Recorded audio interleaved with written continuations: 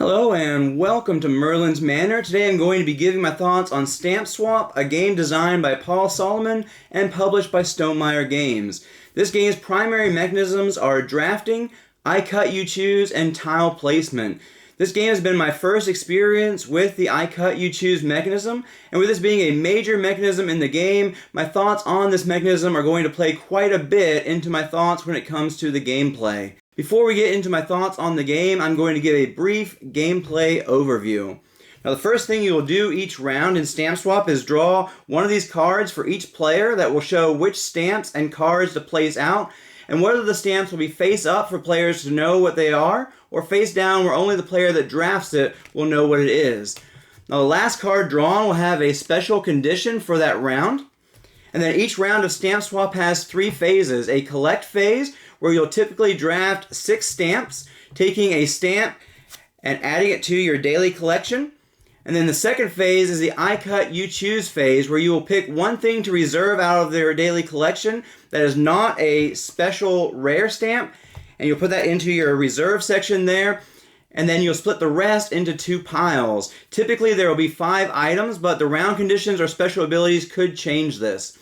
Once everyone has made 2 piles of those 5 items, the last player to draft an item, or the person who drafted the first player marker, if someone drafted it, will choose a pile from another player that they want, and that player gets to keep their second pile. Then that player will choose a pile, and so on until all players have chosen a pile. Sometimes a player will be left with both of their piles if other players choose each other's piles instead of that other person's. Now, the third phase involves the player placing their stamps on their board wherever they would like to place them, with a simple condition that they must have the number or canceled stamp image properly oriented in the top right corner, and of course they can't go off your board. Once placed, a stamp cannot be moved, and there are some goals that will make a difference where you would want to place stamps, as well as the special puzzle of trying to fit all of your drafted stamps on your board. After placing their stamps, players choose one of the 4 round goals to score and place their ticket on that round goal to show they have scored it, since you can only ever score a goal once in the game. The game plays in 3 rounds, so you only score 3 out of the 4 round goals. Players will also score points for each stamp that matches the theme of their exhibitors. Each player starts with 1 on their player board, but then can gain other exhibitors in the form of drafted cards. Players may also have specialist cards, which will provide special abilities for the rest of the game.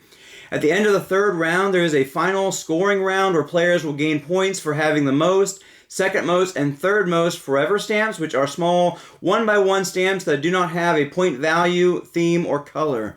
Then players will score for their printed stamp values, specialist points, and a final contest goal, and the player with the most points wins the game.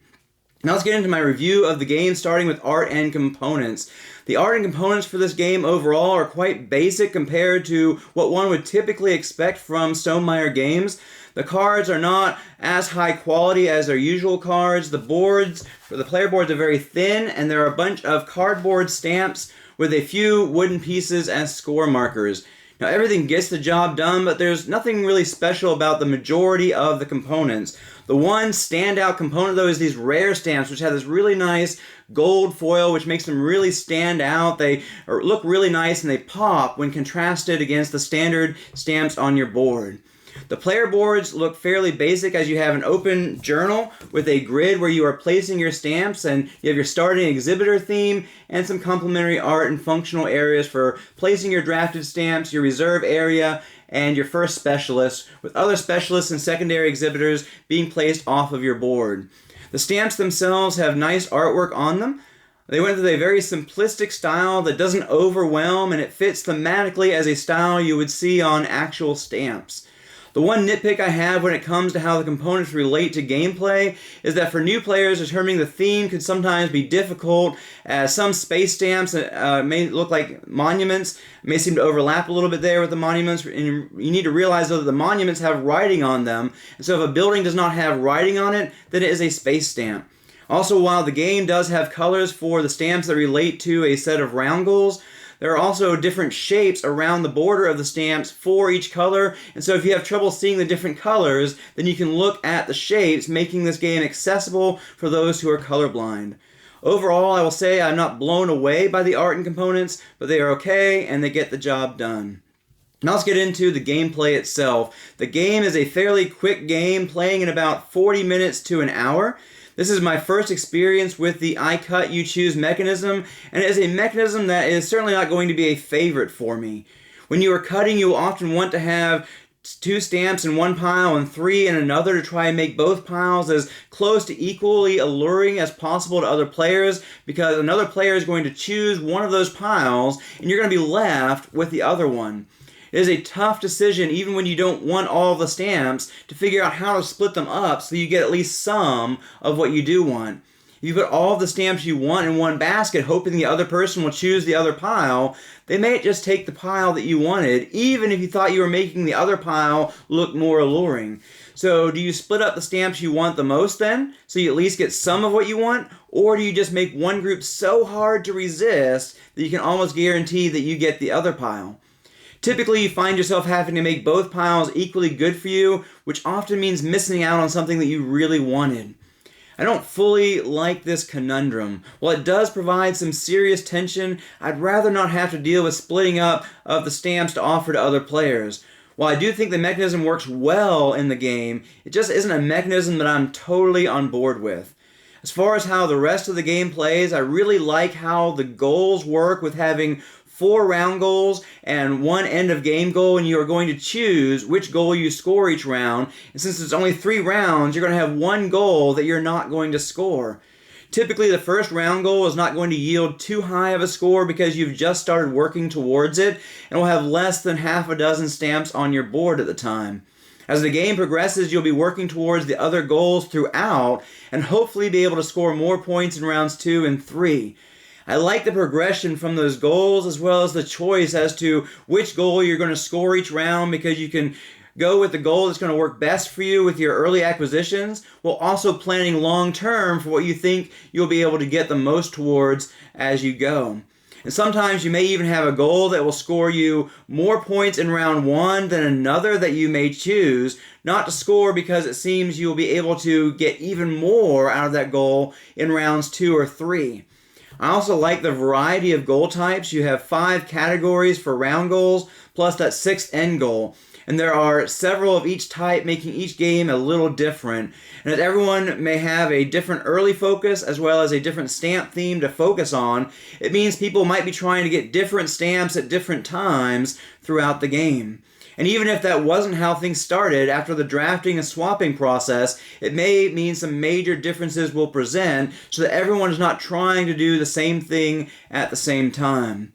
Overall, I found that the specialist cards provided limited value compared to drafting stamps, with some specialist cards being more powerful than others, and many not being worth going for in the 3rd round, and sometimes not even be worth going for in the 2nd round.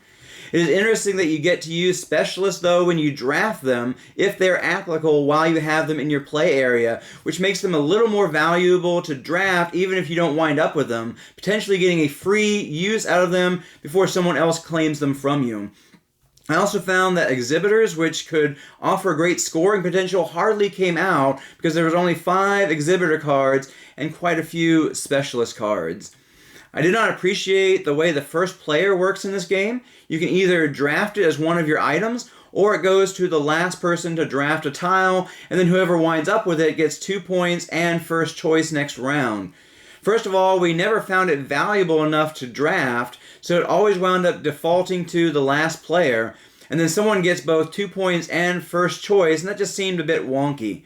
The 2 points are there in an attempt to add drafting value, but in a game where most stamps are going to net you more than 2 points when you consider both the stamp value plus the value for the goals, it just didn't seem worth it to draft it in most situations and reserve nor as strong an incentive in an offering. I also find the forever stamps to be more incidental than a solid strategy to focus on. Often we drafted very few of the forever stamps as they came out. There were times when they presented more value to focus on, but overall it seemed whoever grabbed a couple of them late game got the 10 points. There were certain goal cards which made them more valuable. The empty regions one in particular, as you could separate a small region into 2 even smaller regions very easily that way.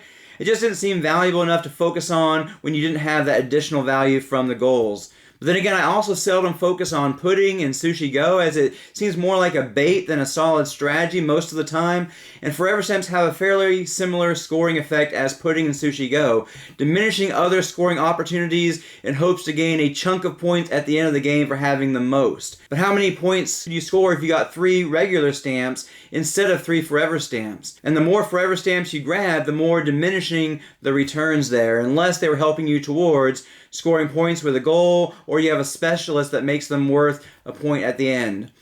When it comes to solo play, this is one personally I will not be playing solo too often. I found the appraisal system that the Otama uses to decide how to split and choose to be a bit fiddly. The solo mode also removes the stamp drafting phase altogether, which is one of the better parts of the game for me. Instead, you and the Otama are assigned stamps in either the face up or face down orientation. And then the final stage of each round plays the same for the player, which is good, and the system for scoring the Otama works well too and is pretty simple to run. It's just the lack of stamp drafting and the fiddliness of the appraisal system that makes the solo mode one that I'm not too impressed with. Now let's get into the ease of play for this game. This game is not hard to learn at all. Overall, the game is light on rules, and what you do on your turn is pretty simple. You draft a tile or card in the first phase, cut into 2 piles in the second phase, and then place tiles on your board in the proper orientation in the third phase. The goals and specialist abilities are pretty easy to understand as well, and so is the scoring system. I would add there is a decent depth of strategy to this game that is simple to learn. Now let's talk about the replayability for a moment. With the many different stamps as well as the various goals, I feel this game will have a good amount of replayability since each game is going to feel quite different based on what stamps come out.